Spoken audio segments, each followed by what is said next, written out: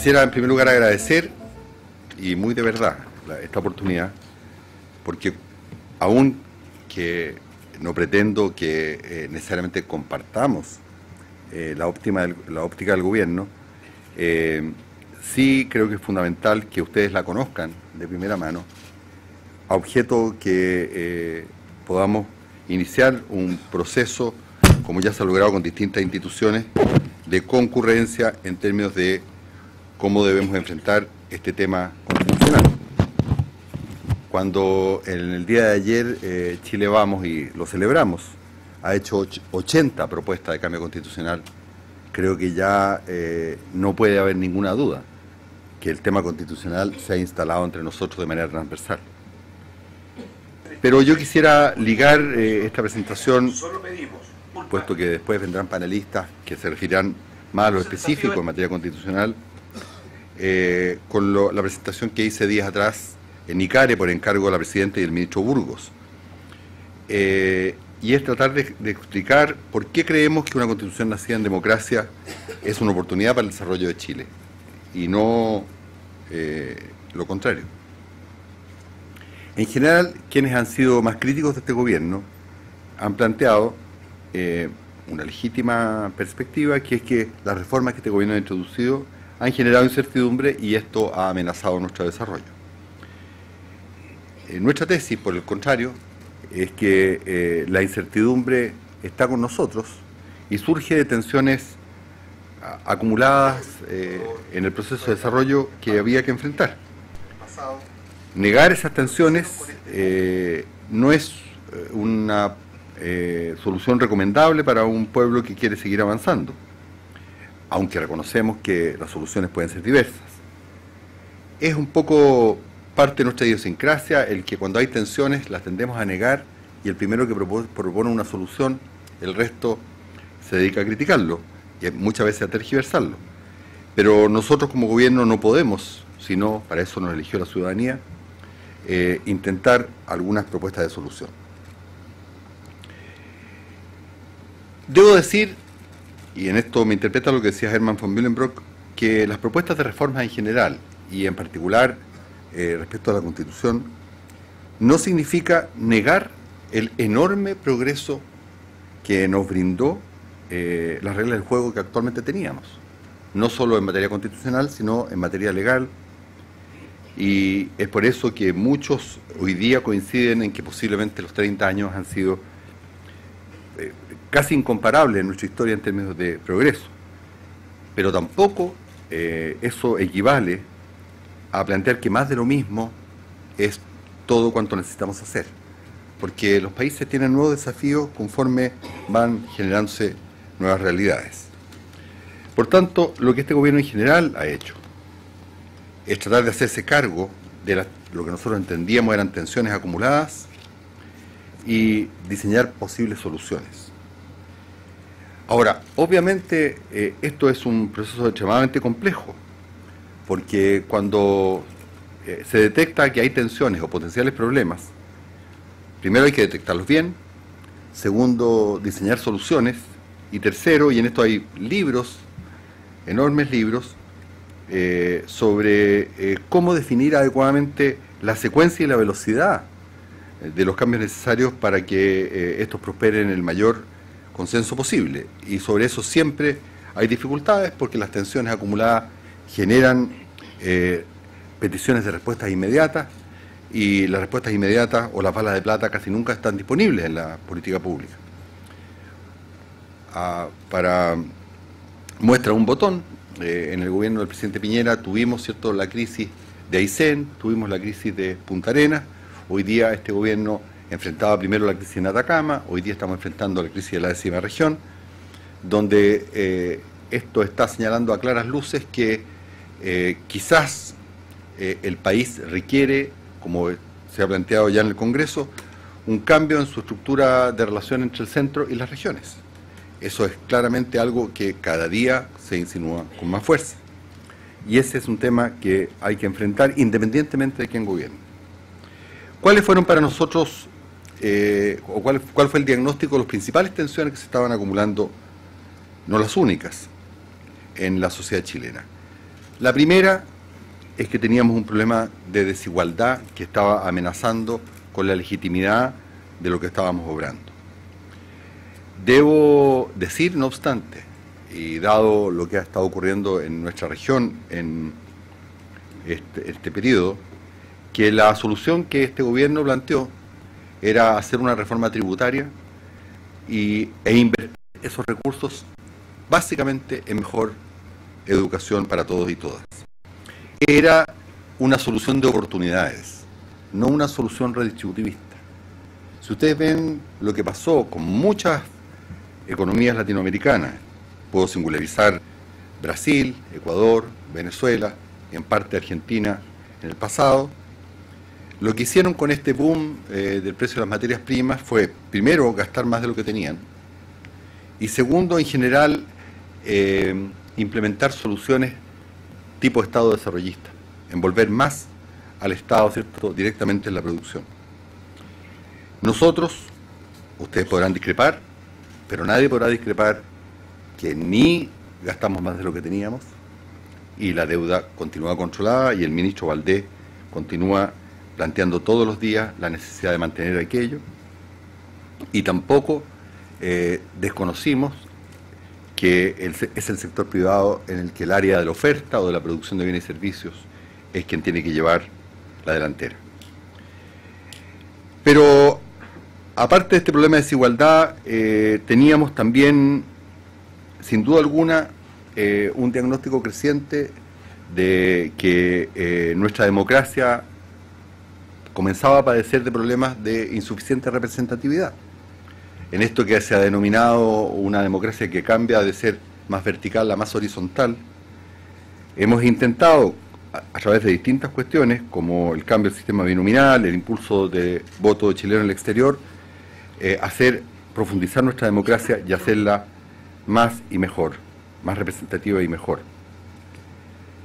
Pero quizás el tercer problema que englobaba a los dos anteriores es que claramente las reglas madre que definían el ámbito donde las políticas públicas se pueden definir y donde la discusión se va a plasmar, que en nuestra Constitución adolecía crecientemente del afecto de la ciudadanía, más allá de que puedan haber disputas sobre su origen. Y está claro que hay una enorme cantidad de temas, muchos de los cuales han sido singularizados por el Chile Vamos, que hoy día requieren una discusión profunda. Yo trato de evitar entrar sobre el contenido, porque hemos dicho que queremos que los ciudadanos hablen ahora, pero creo que no cometo ninguna infidencia, porque está en todos los diarios. Si constatamos que hay una polémica clara, transversal, sobre si de ahora en adelante la relación que tenemos entre los tres poderes, particularmente el Ejecutivo con el Legislativo, es o no lo que debe prevalecer, siendo, por ejemplo, distintos miembros de la Alianza o Chile Vamos partidarios de ceder parte de las prerrogativas del Ejecutivo hacia el Legislativo. Duda no hay ninguna respecto de que tenemos que redefinir la relación del Estado central con las regiones, sin por eso, ¿cierto?, ir por lo menos en mi opinión, por ningún motivo, a un federalismo. Si esos dos temas tan importantes hoy día están en discusión, qué duda cabe que la Constitución ya no nos ofrece un marco claro donde poder debatir las políticas públicas sin cada vez tener que cuestionar los fundamentos en los que estos se basan. Yo tiendo a coincidir con Herman en el sentido, no siendo yo un constitucionalista, pero con la ayuda de los muy buenos juristas de la SECPRES, algo he comenzado a entender. Tiendo a coincidir que posiblemente, o con toda claridad, una redefinición constitucional no es la solución de todos nuestros problemas. Muy por el contrario. Ofrece soluciones para algunas cosas, pero para muchas otras no, y eso tiene que estar en el espacio de la política pública, de la ley corriente. Pero cuando las tensiones se acumulan, tiende fácilmente a generalizarse la noción de que el problema y todos los problemas emanan de una misma causa. Alguien decía que el populismo es el intento de encontrar soluciones simples a problemas complejos. Y cuando evitamos discutir algo, le vamos cada día más atribuyendo un valor mítico de un poder que realmente no lo tiene. Por eso lo mejor es discutir y conversar y abrir el tema. En ICARE nosotros, por encargo de la presidenta y el ministro Burgos, planteamos claramente que en cuanto a reformas, este gobierno, primero, ante el reconocimiento obvio de que los recursos financieros eran menores a que lo que habíamos pensado, pero también la constatación de que nuestra capacidad técnica de elaboración de leyes y nuestra capacidad política de poderlas consensuar adecuadamente el Parlamento no eran infinitas, el gobierno pausó su ritmo en lo que se llamó el realismo sin renuncia, y hace poco tiempo atrás, y yo lo vengo a reiterar, la presidenta declaró terminada la obra gruesa de este gobierno. Por tanto, venimos a representar una vez más el que, terminado, lo decía hoy día el ministro de Hacienda desde Londres, lo que nos queda de reforma laboral y de reforma educacional, aparte del tema constitucional, más reformas estructurales, no concebimos que podremos hacer en el año y medio que nos queda. Pero si este cuadro de tensiones acumuladas era ya complejo, ¿qué duda cabe que la emergencia de distintos escándalos vinculados virtualmente y transversalmente a todas las expresiones de élite, desde las políticas hasta las empresariales, hasta las religiosas, generó una necesidad de acelerar esta discusión? Porque hay una crisis de legitimidad que venía arrastrándose, pero que de alguna forma, como dicen en el fútbol, explotó. Dicen por los jugadores que explotan cuando comienzan a jugar muy bien.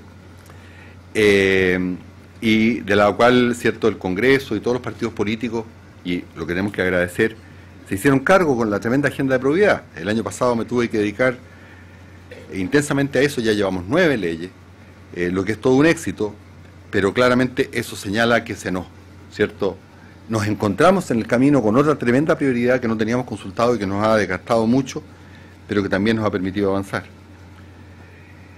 Y por si esto fuera poco, muchos, particularmente los chilenos, con nuestra regla de balance estructural, nunca nos creímos del todo el que el boom de los commodities fuera a durar para siempre. Pero lo justo es que ni el mundo ni nosotros pensamos que las materias primas iban a pasar por una crisis tan rápidamente y que se prevé va a ser bastante duradera. Y esto generó, sin duda alguna, un fuerte problema en términos de nuestra capacidad de crecimiento de corto y mediano plazo. Y tenemos que repensar de alguna forma cuáles van a ser, ¿cierto? Y lo hacen todos los días ustedes en su empresa, los nuevos motores de la economía chilena, porque, y esto es un dato, una regularidad histórica, cuando el cobre está muy alto, no solo es porque tenemos más divisas, sino que porque la inversión que se genera en la minería, más todos los efectos coadyuvantes, inmobiliarios, comerciales, son un impulso de tal naturaleza que cuando esos impulsos se apagan, es muy difícil en el corto plazo reemplazarlos por otros impulsos. Y por tanto, esta malez que estaba instalada respecto de tensiones subyacentes se viene a acelerar por la crisis política y por el cambio de condiciones económicas tan fuerte que hemos tenido. Pero lo que nos convoca hoy es el proceso constituyente. Y he hecho esta introducción para significar que, al igual que lo que hemos hecho con otras reformas, nosotros creemos que no podemos tener la política del avestruz y esconder la cabeza frente a un problema que nos aparece cada día más obvio. Necesitamos, quizás para desmitificar, tener una discusión constitucional profunda a objeto de lograr que los chilenos y chilenas se encariñen, sientan propia ese marco constitucional. Se ha criticado mucho el que el proceso debiera haber sido sobre la base de si fuéramos a consultar a la ciudadanía, recabar las opiniones ciudadanas sobre la base de propuestas concretas, como es lo que clásicamente hacemos, que el gobierno y la oposición hicieran sus propuestas constitucionales y que la gente opinara sobre ellas. Lamentablemente, en los tiempos que corren, y con, en nuestra opinión, el cierto desprestigio, justo o injusto, de la clase dirigente, el que la gente discuta en un marco acotado definido por otros, entraña un riesgo muy grande de que simplemente no lo consideren válido. Debo decirles que este no es un fenómeno solamente chileno. Me imagino que Cristian habrá tenido alguna vez la oportunidad, que tuve yo el año pasado, de ir a una reunión de todos los ministros equivalentes al secretario general de la presidencia de la OCDE. Y el gran tema de discusión, que lo estaba sufriendo Europa dramáticamente, es cómo en los proyectos madres de ley, en los temas realmente importantes, se recaba la opinión de la ciudadanía. Y lo que allá se llama voice, crecientemente se sugiere que se inicie, cuando está definido el tema, con una consulta ciudadana de opiniones, que después, presentado un proyecto ya elaborado y técnicamente, continúe, ¿cierto?, en sede parlamentaria consultándose a la ciudadanía, y que posteriormente la ciudadanía también tenga un rol en la rendición de cuentas de si esas políticas son o no llevaderas a los objetivos que prometen. Por tanto, créeme, es un problema que tenemos como chilenos y chilenas. Esto no es un problema de derechas o de izquierdas. Yo lo decía ayer en el Congreso Nacional, que estábamos con Patricio Zapata. Si por un momento tratamos de no pensar mal, y yo entiendo que es natural, que esto es política, tampoco soy ingenuo, y si yo fuera oposición y el gobierno propone lo que este gobierno está proponiendo, mi primera reacción sería, como decía esa propaganda, ¿dónde está la trampita? Pero si pensamos con un poquito más de detención, este proceso de constituyente va a terminar en la base ciudadana, sintetizada por nuestro Consejo Ciudadano de Observadores.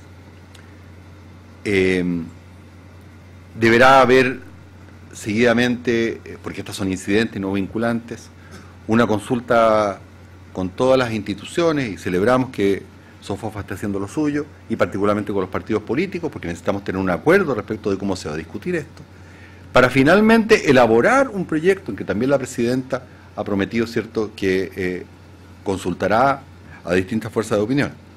Si sumamos todo este proceso, y que no es que lo que ahora discuta la gente, los cabildos, simplemente se vaya a archivar, va a ser incidente y va a estar siempre presente para las discusiones que los partidos y otros hagan, es altamente probable que la discusión propiamente constitucional en la sede que el Parlamento defina no va a iniciarse sino hasta fines de este gobierno o comienzo del próximo.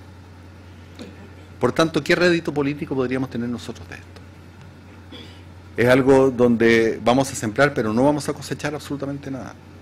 Y solo vamos a cosechar, para la historia, en la medida en que el proceso de los cabildos fue suficientemente genuino, tal que logra ser incidente.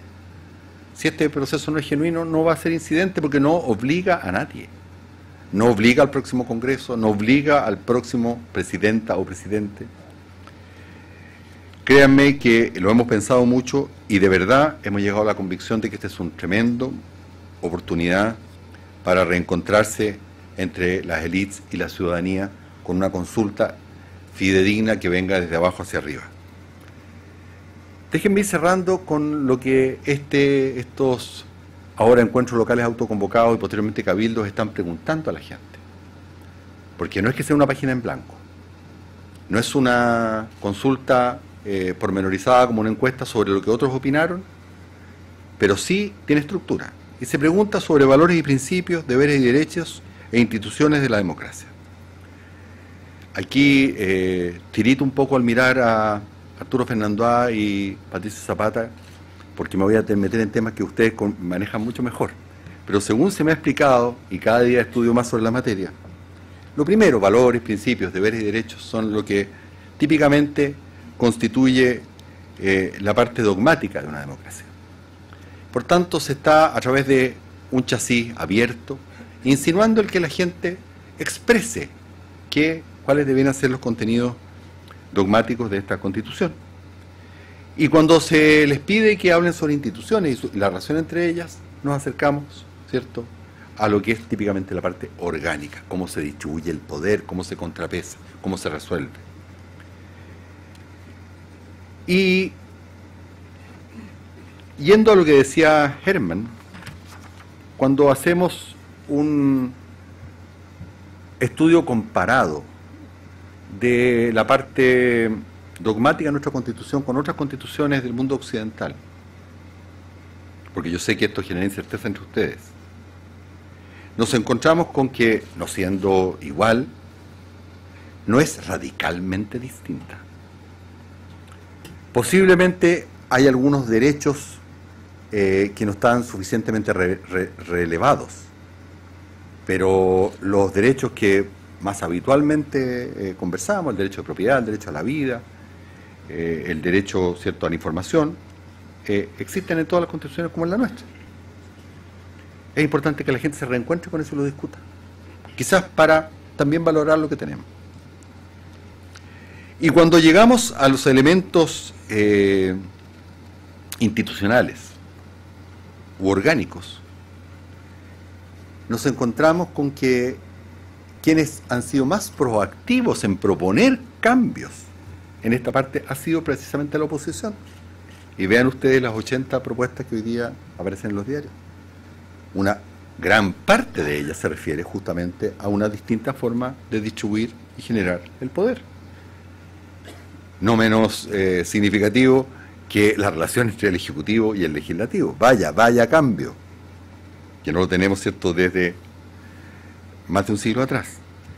Por tanto, yo los invito a que abramos nuestra disposición, que entendamos que este es un problema transversal, que este no es una bala de plata para cambiar todos los problemas que hay en Chile, pero sí una oportunidad para reencontrarnos y generarnos un marco común que evite que cuestionemos la Constitución cada vez que tenemos un problema coyuntural que, como en la mayoría de las constituciones del mundo, se resuelven en el ámbito de la política pública común y silvestre.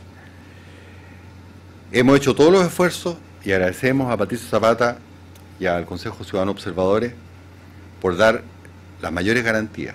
Hemos ido 2 veces con Patricio, tanto al Senado como 2 veces a la Cámara, a objeto de explicar todo el proceso, el cómo se seleccionaron los facilitadores, el cómo se van a hacer los cabildos, el cómo tendremos ahora un grupo de 3 personas que va a compilar y estructurar las bases, y cómo sobre esto el Consejo Ciudadano va a emitir una síntesis tanto de desarrollo como de contenido.